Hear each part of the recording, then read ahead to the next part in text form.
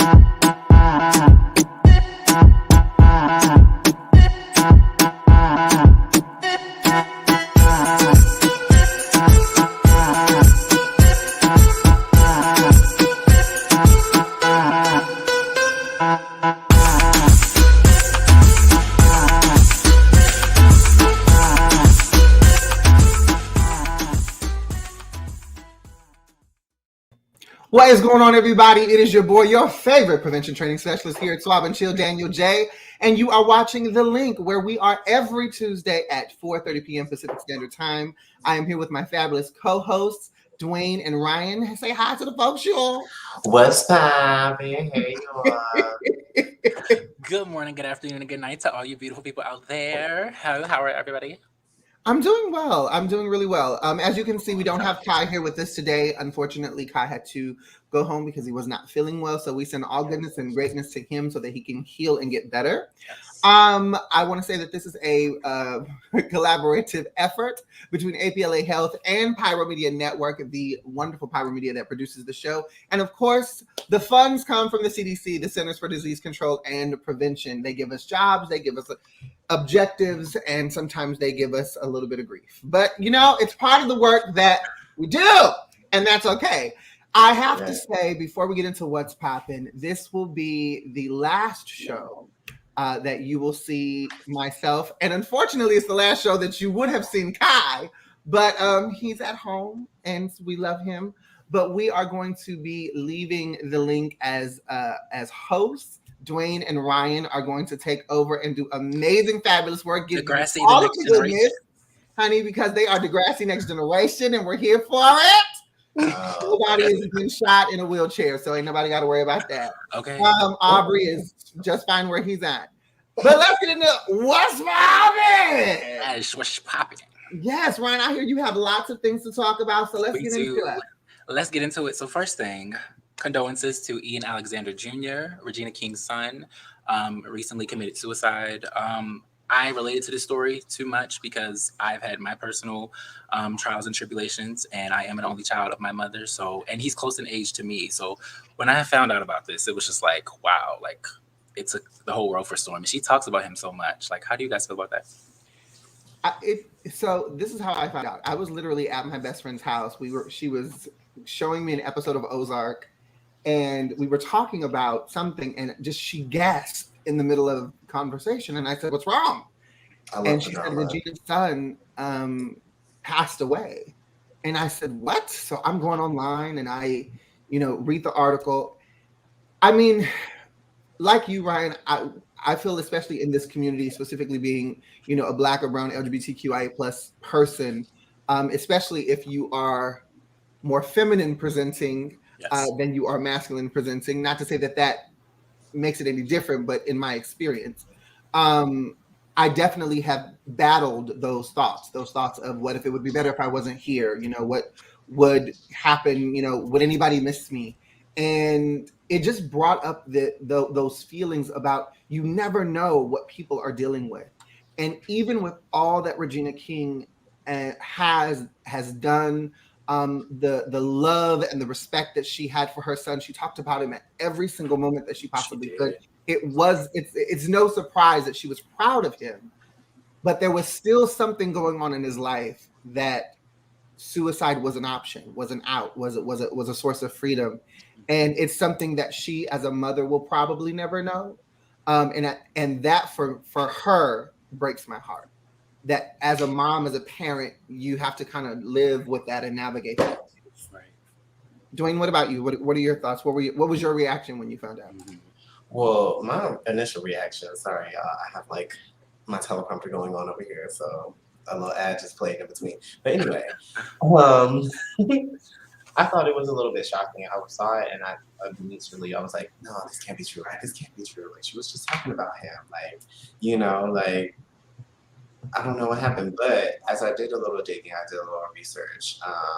There actually was like a couple of signs that showed that he wasn't really like in the best headspace.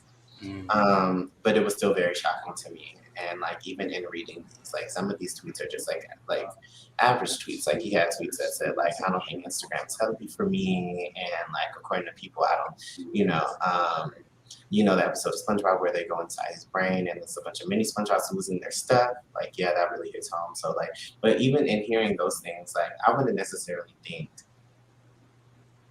suicide, but I guess that's the thing, like, and that's why we check on our friends and that's why we checked on our loved ones, because nothing like suicide and depression isn't very loud. It's actually very, like, for the most part, very introspective. A lot of people really retreat into themselves, and so just hearing about this and knowing how much she loved her son, it really just made me sad, and sending her love and prayers to her and the rest of her family. And I don't think it's fair that any parent should have to bury their child. So their only child at that. Oh my gosh. Yeah, but I'm just saying, Regina, she's still young. She could probably get another one in there. But I can understand, like, probably not even thinking that far into it right now, considering. Honestly. But yeah. Well, that's we definitely will say that we send our love and support to Regina King and her family. Obviously, our hearts go out to just the loss of Ian. It was just days after his 26th birthday. And if you are someone that is dealing with thoughts of suicide and you need someone to talk to, please reach out to us here at APLA Health. You can use our Swab and Chill number 323-329-9713, and we can get you some resources to get you some assistance, someone to talk to, look up resources in regards to programming. But no one should ever have to feel alone. And know that if you are dealing with these thoughts, if you are battling thoughts of suicide and things of that nature, we here at Healthy Him can do what we can to support you. So, Ryan, what else do you have on the list for what's popping today? Next on What's Poppin', we have Elton John. We have Elton John canceling his shows due to catching COVID, child. Oh my God! Marion is out here going crazy. Was it the icebox where my heart used to be? Yes, it was. He is everywhere, okay? He is everywhere. First off, let's just talk about how also Roddy Ricch had to cancel being on SNL for the same reason, because he also caught Omicron. But I just feel like this is 50% more, like, people are getting it a lot more easier. And it's just, we need to shut down or something. I don't know. Like, okay, I don't know about the shutdown because 2020 was a really hard year. Okay, I was here for it. I got money. I was stuck in my money, so. I was also here for it a little bit. I had a little extra time, had a little extra cash. Like if it comes with the check, maybe a bigger check, like it did in 2020, maybe. But even then, I was a little raggedy. People was going crazy, fighting over toilet paper and water. I don't know if I have time for that anymore. But Elton, I am proud of him for doing what he has to do as far as like, canceling and not endangering his fans and things like that. However, I'm sure a lot of people are very disappointed, but hey, that's life. And I mean, at the end of the day, I feel like, they told us that Omicron was going to be more contagious. The science and the facts have told us that it might not necessarily be more dangerous or intense in regards to symptoms, but it is going to be more contagious. More people are amped to possibly get it. And I think the biggest problem or the misconception is that the symptoms come on like a common cold. You know what I'm saying? You get Yep. the fever, you'll get the cough, you'll get the sneeze or the sniffles. And especially in this seasonal change time, most people are probably thinking, oh, it's just my sinuses, which is why we always say, get tested. There is no reason why you cannot get at least tested. Now, as far as the vaccine is concerned, look, that's your Tabitha Brown. If you don't want to get vaccinated, that is your choice. If you don't want to get boosted, that is your choice. But it's still an option. If you are vaxxed and boosted, it will help you not get sick, but also if you do get sick, help with not having severe symptoms. But at the end of the day, honey, get tested. Okay, get some immune booster, get you some ginger root, some marshmallow root, do the things, some vitamin C, vitamin D.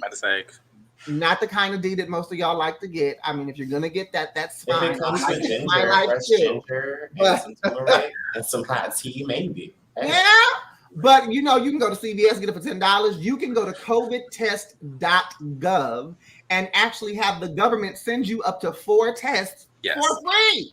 Now, don't be looking for it next day. Okay, don't be looking for it next day because you know how long it took to get our check. End of month. So, but if you go, I believe it's covidtest.gov or covidtesting.gov. You put in your information, and again, the government will send you 4 free COVID tests that you can take at home. Because same thing with HIV. Once you know your status, you know how to navigate. You know how to move forward with getting help. And at the end of the day, girl, what did that little boy say? Wear your mask. Wear your mask. Wear your mask, honey. I don't know what mask is, but whatever it is, you best to wear. Okay. Child, I actually like that, Daniel. I'm gonna start taking that. I like that. That's your type of ground. Yes. I've been saying that for the last few months. It's catchy. I like it, and I want to give her credit. Right. I want to give her credit because that's one of her phrases. That's what's happening around. What about you, Dwayne? How do you feel about the whole everybody catching Amarion? Icebox where my heart used to be. Well, apparently it's Elton and Adele who have caught in the Omarion variant, with the. So basically, it's just white folks. Black folks ain't got nothing to worry about. I'm kidding. Don't take. I mean, everybody out here getting served. Yeah. Do not take that as fact. It was a joke. Next thing you know, we're gonna have comments talking about what Daniel at APLA said that black folks can't get it. Well, maybe that allegedly. I do want to get to one of these questions by the fabulous, a wonderful artiste singer. Make sure you look him up by his music. James Barmore Jr.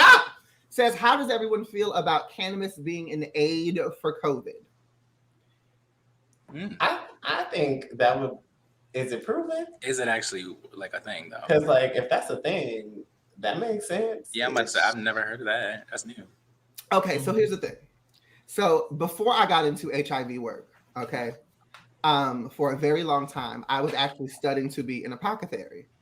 And for those of you who do not know what an apothecary is, it's basically like homeopathic herbalist. Like we study herbs, we study what they do for the body and how they help the body. You make tinctures, you make teas. So scientifically, cannabis has a lot of benefits to the body in regards to helping the body process, in regards to helping the body with certain pains and aches and things of that nature. Now, I don't know of any strand of cannabis that boosts the immune system. Yeah. However, there are herbs and plants, other herbs and plants that do. People know about elderberry. People know about ginger root, marshmallow root, turmeric. Like all of those things are natural homeopathic ways to just boost your immune system. And if you have a healthy immune system, it can help you fight off COVID, prevent you from getting it, or if you get it, making sure that your immune system is, boosted so that you can help fight it. But as far as it being an aid for COVID, I feel like that's a stretch with Tyrannosaurus Rex arms for people who just want reasons to smoke. Mm-hmm. I agree. I completely agree. Because I just feel like, from what I've heard, it's going to decrease your lung, not capacity, but like your strength inside. So it's like, it's just making it more accessible to receiving or contracting other things. And if we're really talking about like the medicinal aspects of it, most times in traditional forms, cannabis wasn't necessarily inhaled through direct smoking it. Sometimes it was burned and like almost what you would call hot boxing, but in a larger space. Yeah. I know a lot of cancer patients use it to help them with their aches and pains and things with dealing with cancer. But again, they're not necessarily smoking it. Sometimes they put it in a humidifier and things of that nature. So it's not like direct contact with your lungs, but it's kind of just in the air. I mean, according to the internet, they're saying that the argument. The internet's saying that according to them, it could help by like reducing like inflammatory properties. So like their anti-inflammatory properties that are found in the cannabinoids of CBD and THC to help really like reduce the inflammation that happens like when you catch COVID, that happens in between your like wingspan, respiratory, and all that good stuff. So what they're saying is it helps with the symptoms. It helps with the symptoms, but as far as like treatment and herbal remedies like for prevention, it's not really giving that. It's giving it may or may not help you breathe better. And just to clarify, James also said that Adele didn't catch it, but most of her team did, as far as the tour is concerned. So Adele is saying she gets tested anyway. Okay, she do. That part, very much so. That part. All right, Ron, you got anything else on the What's Poppin' list? Last on the What's Poppin', we have Miranda. Miss Miranda from Sex and the City. They finally made a gay female character on Sex and the City. Miss Miranda is officially in the reboot, and she is gay. And I'm not one who was always about Miranda. I'm more so, Carrie myself. But narcissist. But just which one is Miranda? Short Miranda hair. Was a skeptic, short hair lawyer. Mm-hmm. What was the color of her hair? Red. The ginger. Mm-hmm. Oh, okay. So, have either one of you actually watched the original series? I did. Have you watched the reboot? I have not. Mm-mm. Okay, so I've watched the reboot. I've watched the original series. I've seen both movies. Tidbits I did today. There was a moment in my life where for 6 months straight, and this is not an exaggeration, for 6 months straight, 7 days a week, I watched the first Sex and the City movie at least once a day, every single day for 6 months. Don't ask me why. Wow. Don't ask me why. But I think that it's great, I guess, for Miranda to, one little punani. At the end of the day, Cynthia Nixon, the actress who plays Miranda, is gay in real life. She is married with a whole ass wife. Cool. As far as the reboot is concerned, I'm gonna go ahead and say it's garbage. Because I just feel like the original series worked in the time that it was in, right? Yeah. And of course, we cannot erase Samantha. Like Samantha was a really huge part of what made Sex and the City what it is.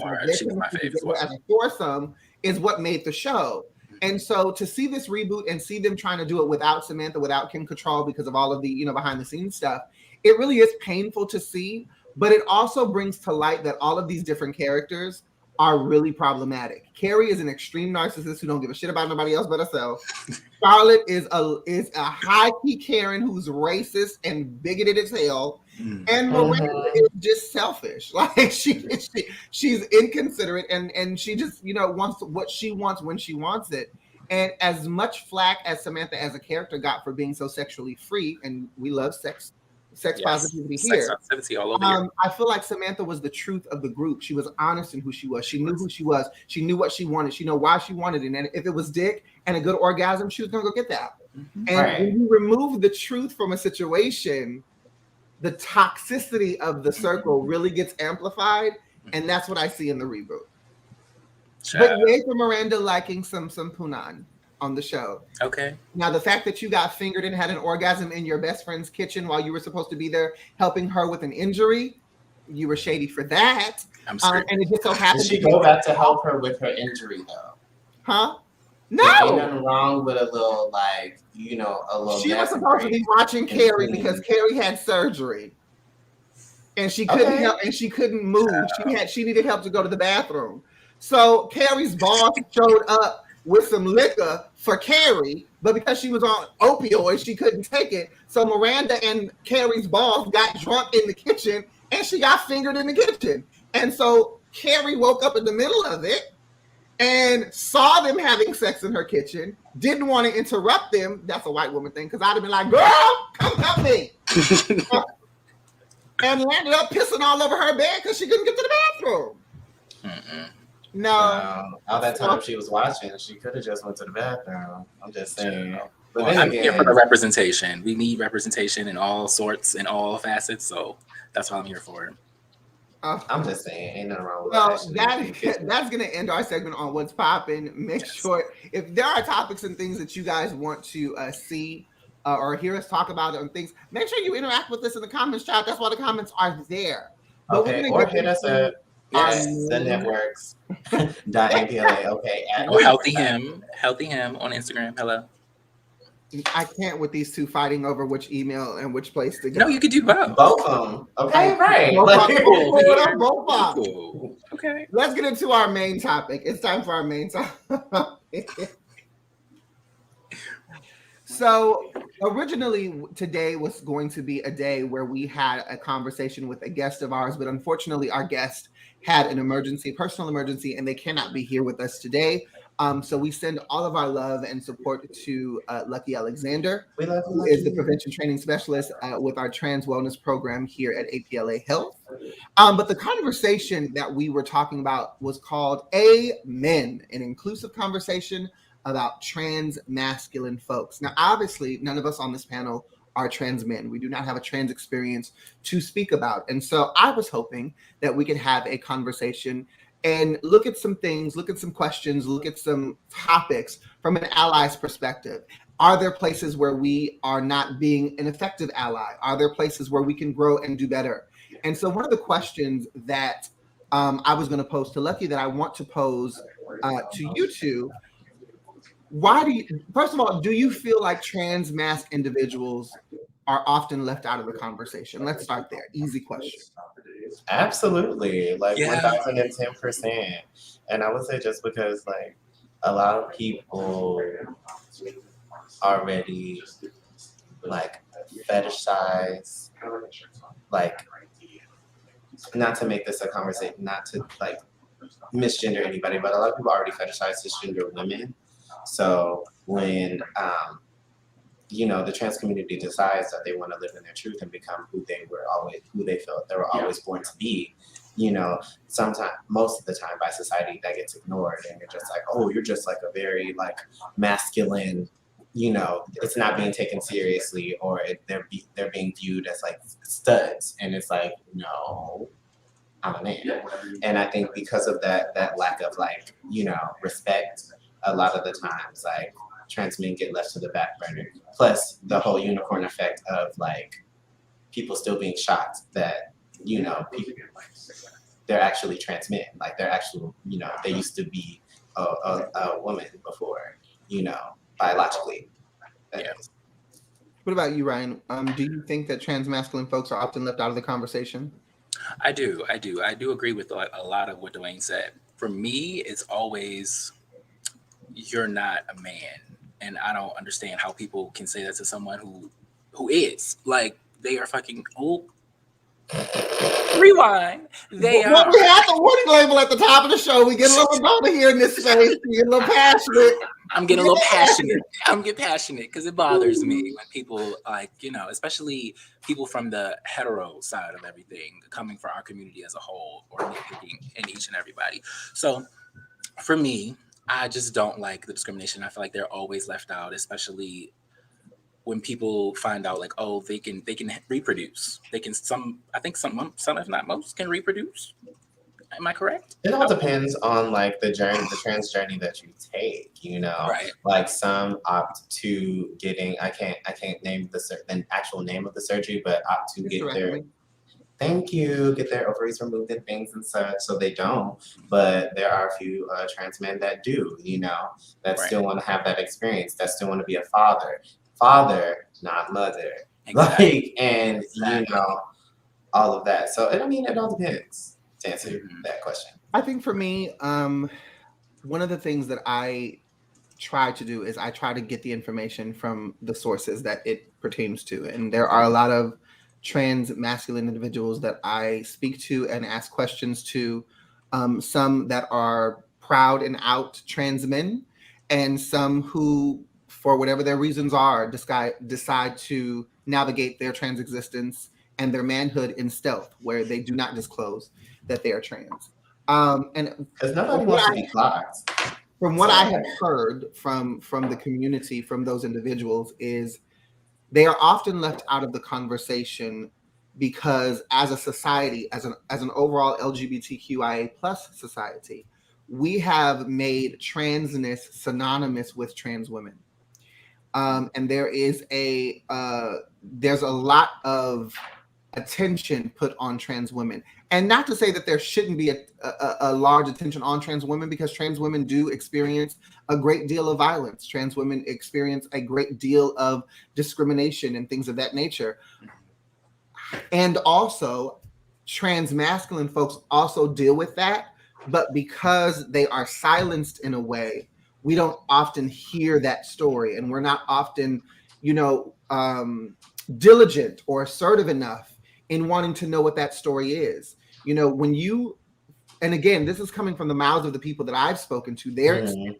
Yeah. When you transition as a trans man, not only are you dealing, especially, and we're going to talk Black trans men. Okay. If you are a Black trans man, you are immediately being pushed into the struggle that is being a Black man in a microaggressive, racist society that is America. In addition, you are thrust into the toxic masculinity of the Black community, of cisgender men that are trying to do things to you, with you, about you, to make you prove your manhood. And God forbid that your trans experience to manhood is exposed or disclosed. Those same cisgender men will turn around and inflict violence on you in the form of domestic violence, being jumped, being beat, and in a lot of times being raped. Yeah. The fact that we don't have any housing for trans masculine folks in Los Angeles County is problematic.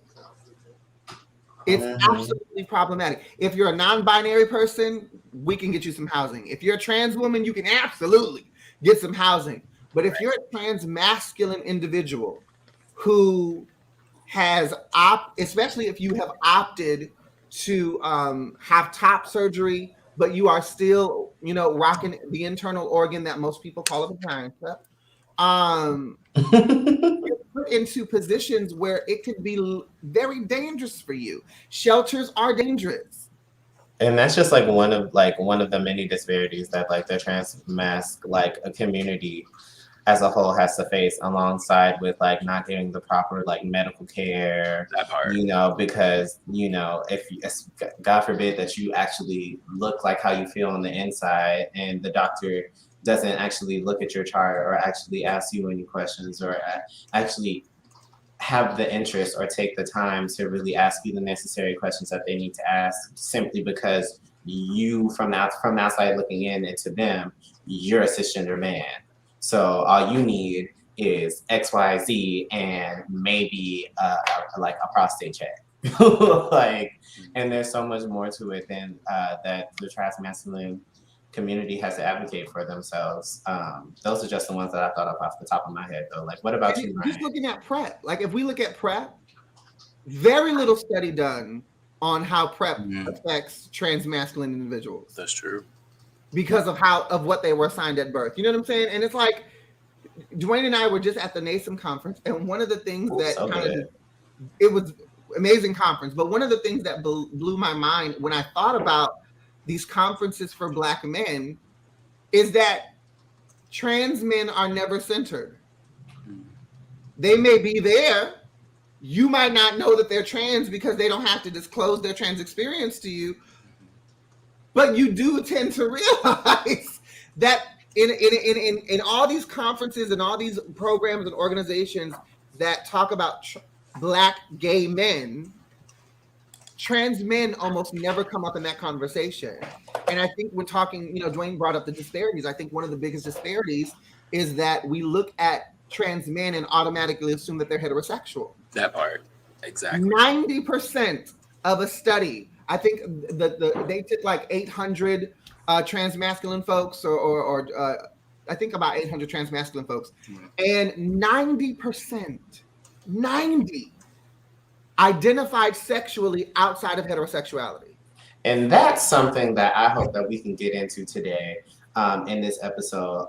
Again, although we are coming from the ally perspective, I think that just as a whole community, we need to separate gender from sexuality. Because like because how gender you- is part of sexuality, but but how you identify as a gender that should not versus your dictate orientation. what your sexual orientation is. That's what I'm saying. Like just because you identify as a man or as a woman or as non-binary, no one should assume that, oh, you're like, because you're a trans man, you're straight. Like nobody should assume that. Or just because like I may identify as like, queer or gay doesn't necessarily mean that, maybe one day, like, I had sex with a trans man, or like, because that's still men having sex with men, that's still identified as like, gay sex, Because, we love to call the men that are trans attracted to trans women, we love to call them gay. And it's like, well, if that's a trans woman and he's a cisgender man,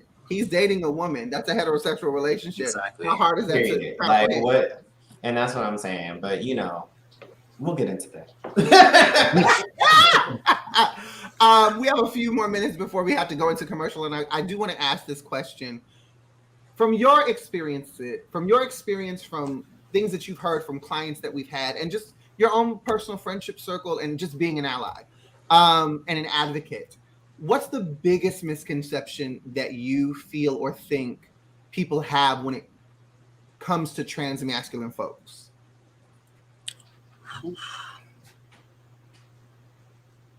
Did I stump you? Penetrated? You did. What did you say, Dwayne?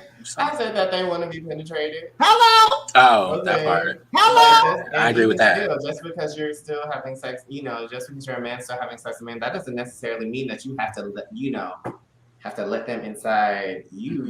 And these prosthetic penises, baby, look. They getting fancy. They got veins and stuff. I heard.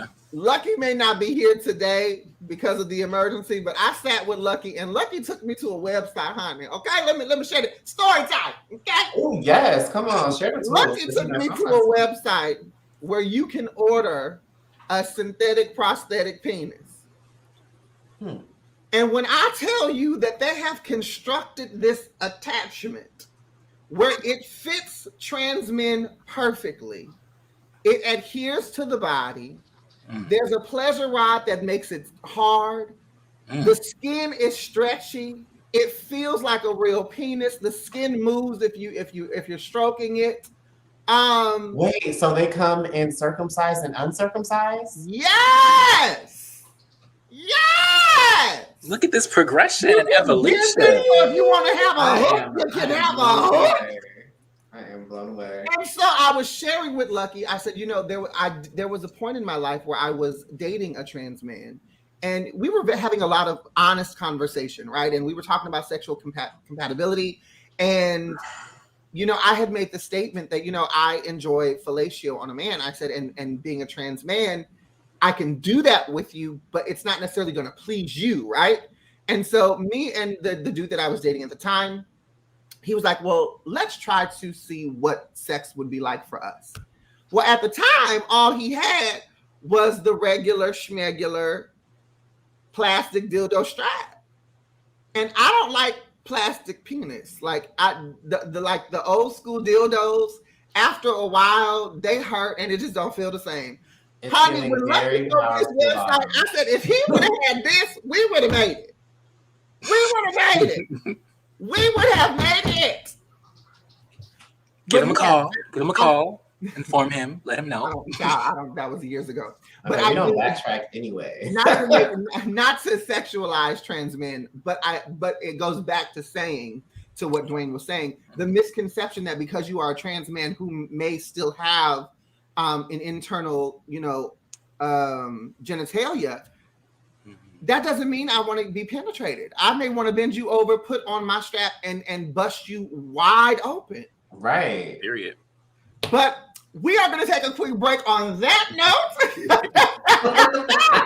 When we come back, we will continue the conversation about the inclusivity and or the exclusivity of trans masculine individuals, not only within the trans conversation, but also at the within the larger LGBTQIA plus conversation. All that and more when we come back right here on The Link.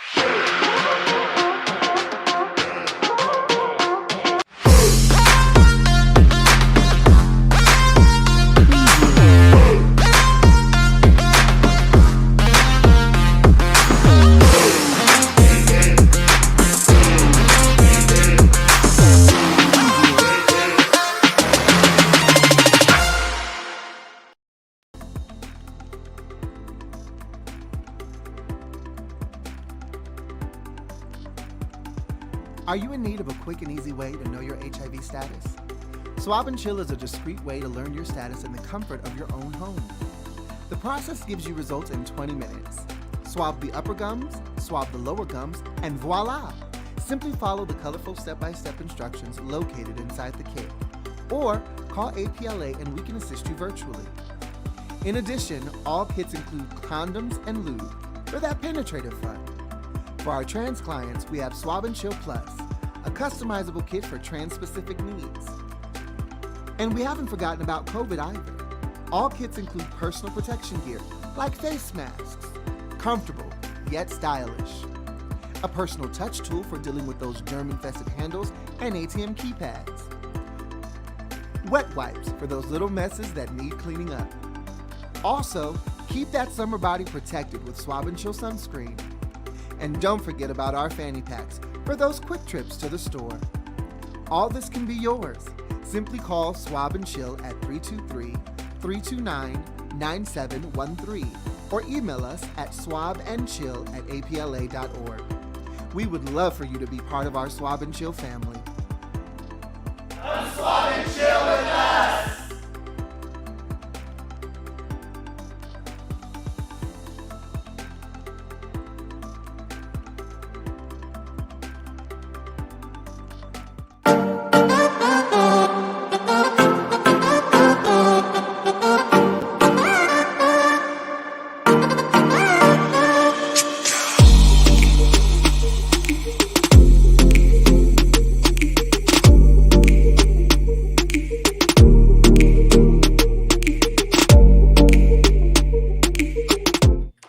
Welcome back to The Link. I am your host, Daniel J., and I'm here with my co-hosts, Dwayne Savid and Ryan B.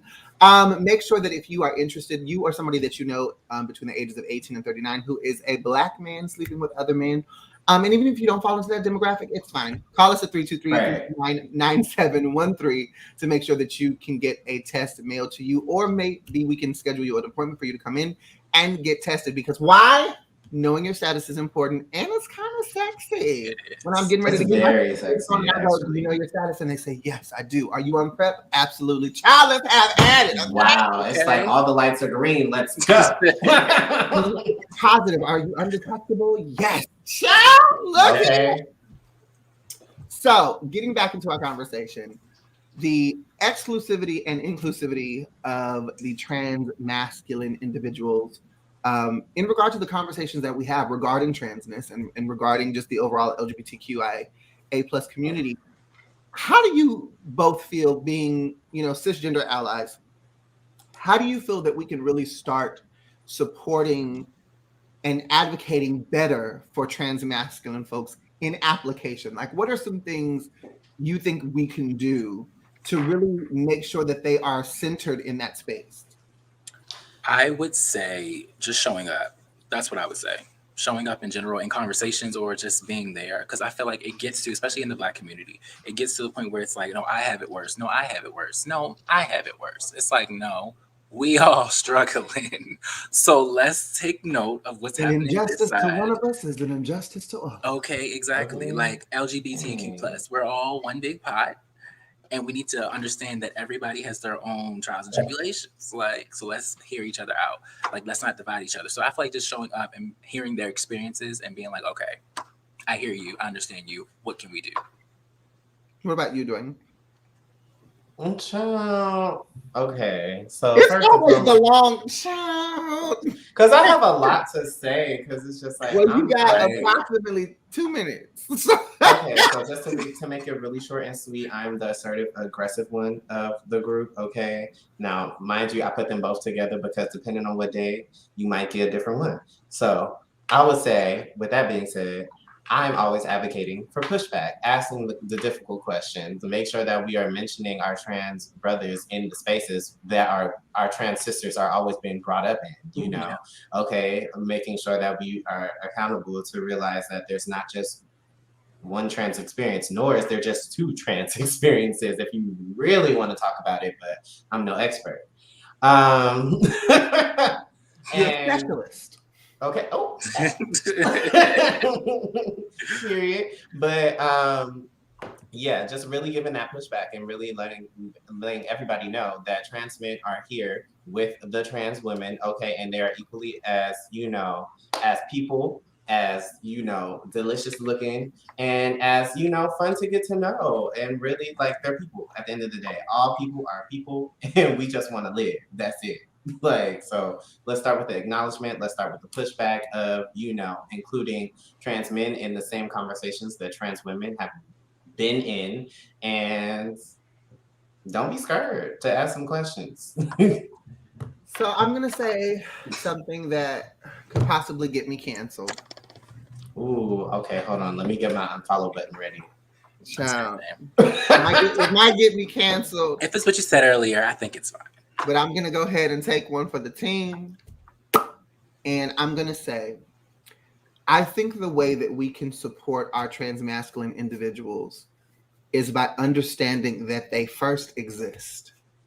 Mm-hmm. And I think that we do trans masculine folks a disservice when we as allies and we as fellow LGBTQIA plus individuals and members of the community continue to allow and be complicit in the synonymous way that we attach transness to being a trans woman.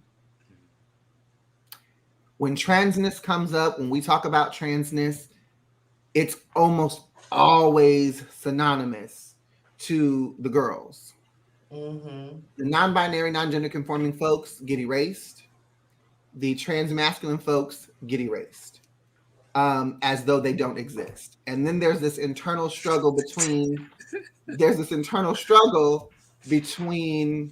you know, well, we're out here, we're on the front lines, you know, y'all trans masculine folks don't never speak up, y'all trans masculine folks don't show up, you want to live stealth, and you want to do this.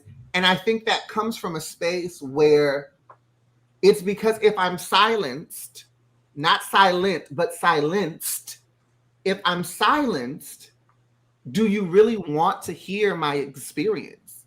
Do you really care about my experience? That's the one. Am I protected if I come out and share my experience that might oppose what it is that you have gone through?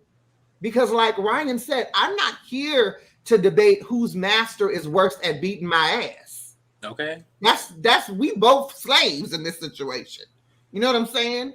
But I think that there is a powerful erasure of trans masculinity. And I think that it comes from the mindsets of people. Oh my God, I'm going to get canceled. I think that it comes from the mindsets of people that look at trans men and still see a woman, and look at trans women and still see a man. And just to add a little 2 cents on that, you know, maybe they don't. You know, maybe they don't. Maybe they still like. Maybe they still see. How do I put this? They see the trans community, and they think fun experiments. They think, oh, you know, she looks and is proclaiming to be a woman, but may still have the parts that I want to play with, you know. And first of all, that's a problem right there. Like, people are not to be toyed with. They're not games. They're not, I mean, you know, The no, fetishization. yeah, exactly. So, you know, I think that a lot of people are just still very much uncomfortable in exploring their sexuality, so they exploit the trans community to do that. And that's Like, not I want to okay know why either. there isn't housing for trans masculine individuals. Like, literally, there is no trans masculine housing in all of LA County. Not one. There's not a program. There's none. There's none. There's housing specifically for trans women. I didn't even know that. Correct. There's housing specifically for those who identify as non-binary. There is absolutely, positively no housing for trans masculine individuals. And I say that based on the fact that what they will do is they will send trans masculine folks to the same shelters that trans women are in, or they'll send them to heterosexual cisgendered shelters. And that trans man in their transition, wherever they are in that transition, are dealing with the anxiety of violence that they've already exhibited in another space, i.e., getting raped. That is a very real experience of a lot of trans men that I've personally spoken to. You know, being seen as, you know, if I go to a cisgender shelter for men, right? For cisgender men, am I going to get clocked? If I do get clocked, what's my safety like?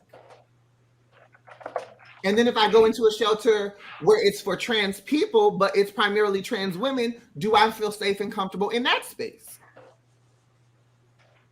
Because let's not act like there's not trans women who still like to penetrate other people. Just like a trans man don't always want to be penetrated, neither does a trans woman. Okay. Like, it is what it is. Child. And so I think when I talk about application of a thing, that's what I get passionate about. What are we doing as a community to ensure that trans masculine folks, especially in Los Angeles County, with all of the LGBTQIA organizations that are out there, what are we doing to ensure that our trans masculine folks who are homeless, who are dealing with the same disparities, work-wise, health-wise, you know, dealing with the same determinants of health that put them at a disadvantage, what are we doing to make sure that they are in a space that is safe so that they can get on their feet, get what they need, and prosper in the life that they're looking to live? When's that going to happen? How do we do that? Where's the grant for that? It's going to start happening when we start,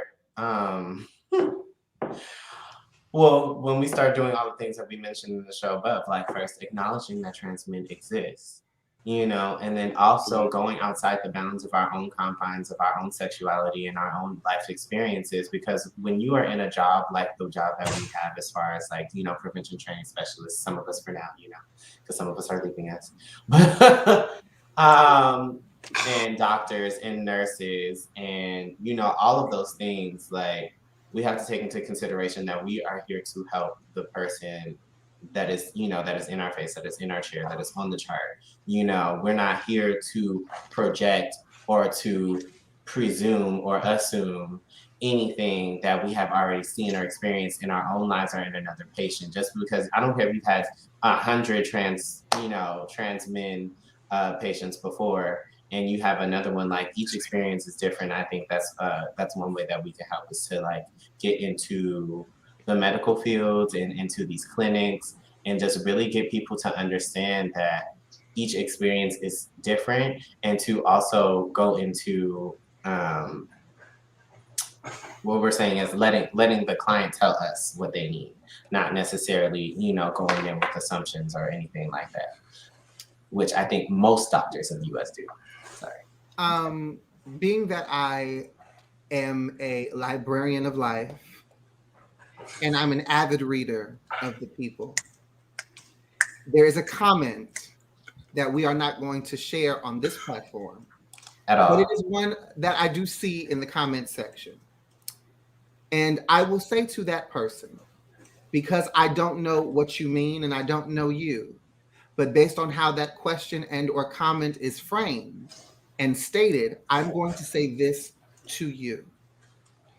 You are watching a show that adamantly, fervently, wholeheartedly supports the entire spectrum of LGBTQIA plus individuals that are represented on that spectrum.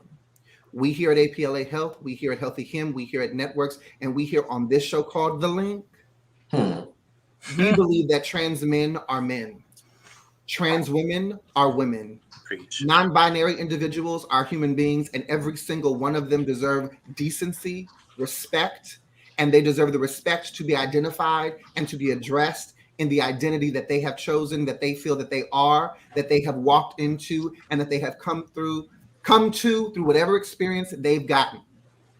Whether they are a woman of trans experience or cis experience, whether they're a man of trans experience or cis experience, whether they are non-binary individuals because of what they don't identify with or what they do identify with. We acknowledge and support every single one of them. So the only thing delusional in that space is the fact that you think that you have the authority to tell someone else who they are, having never known anything about their life. So with that, you can take your opinion and you can take your hatefulness, put it in a box and mail it to the bottom of the ocean, because we don't give a shit. And don't. If I get fired for that, I think I did it for a good reason. Moving on. We have about 5 more minutes before the end of our show. And already? Already. There's a lot that we could talk about regarding this issue, but I think that we've talked about a lot of things. I really do wish Luckie did not have his emergency, because I would have loved to have him here to really talk about what's going on, to really talk about, what it is from the actual experience of a trans masculine. Like we don't hear enough. We really don't hear enough. And we don't have our brother on the show. The point of this, that really, for those of you watching, that really was the point and the goal of this show. We wanted to give Luckie a chance to really represent and talk from the experience of a trans masculine individual and educate us as cisgender individuals.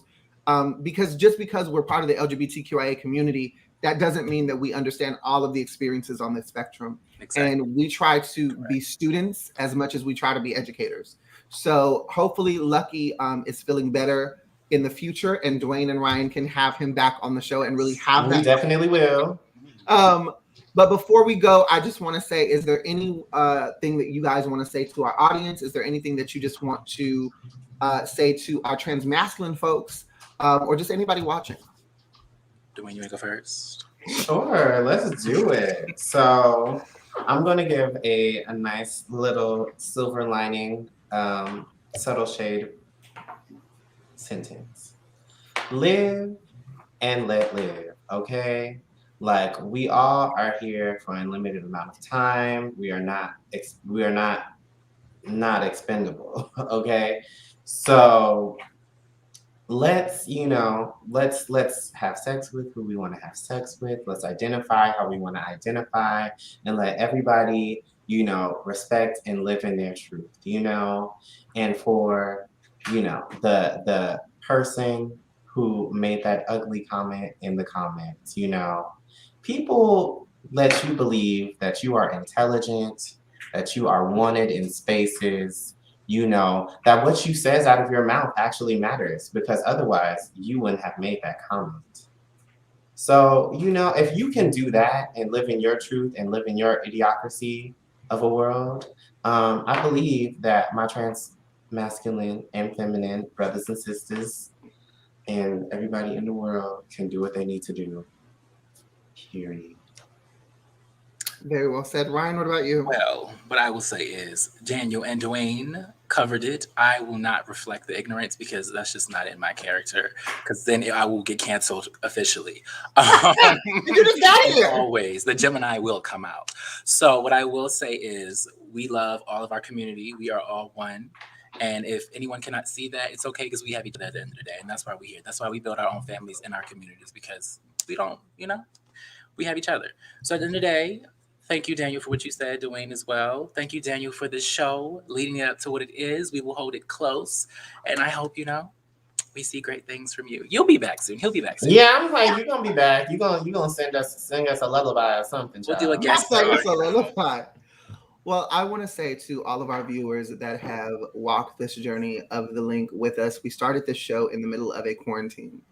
And it was Alexandra, Ty, Kai, and myself at the time. And people have transitioned in and out. We've talked about a lot of things.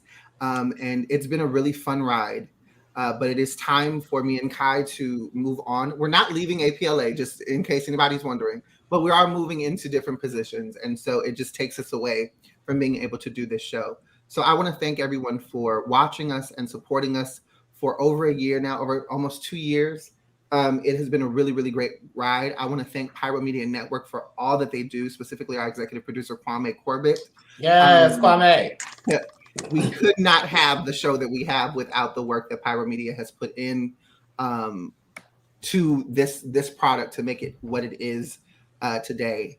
In regard to this episode and this message, trans masculine folks deserve for us not only just to show up, as Ryan reminded us, but to show up and do something. Mm-hmm. It's very easy for us to show up sometimes and take up space. But if you're not taking up that space with a voice that's advocating for truth, that is advocating for resources, that is advocating to help progress all of the people on the spectrum of the LGBTQIA plus experience, then all you're doing is taking up space unnecessarily. Trans masculine folks deserve to be heard, they deserve to be seen, and they deserve to be centered in a conversation that helps them deal with the experiences that they have regarding their trans experience. No shade to the trans girls, because we're going to rock with them all day long like we've been doing. Okay. But there's still room at the table, and there is still room to evolve and grow. Again, I want to thank you guys so much for tuning in. Make sure that you tune in next week. Okay, period. Don't leave us just because the light skins left. Okay. I can't wait. Honey, it's going to be the chocolate takeover. And I ain't got curls, but I got a nice fade under here. I love it. The dynamic duo. That's what we're gonna call it. We're gonna call it Chocolate Tuesday, and they're gonna be here. They're gonna have a chocolate takeover, and I'm here. Okay, giving you all the antioxidants. Make sure that you tune in next week, 4:30 Pacific Standard Time. Until then, I am Daniel J. This is Dwayne Savid and Ryan D, and we will see you later. Bye.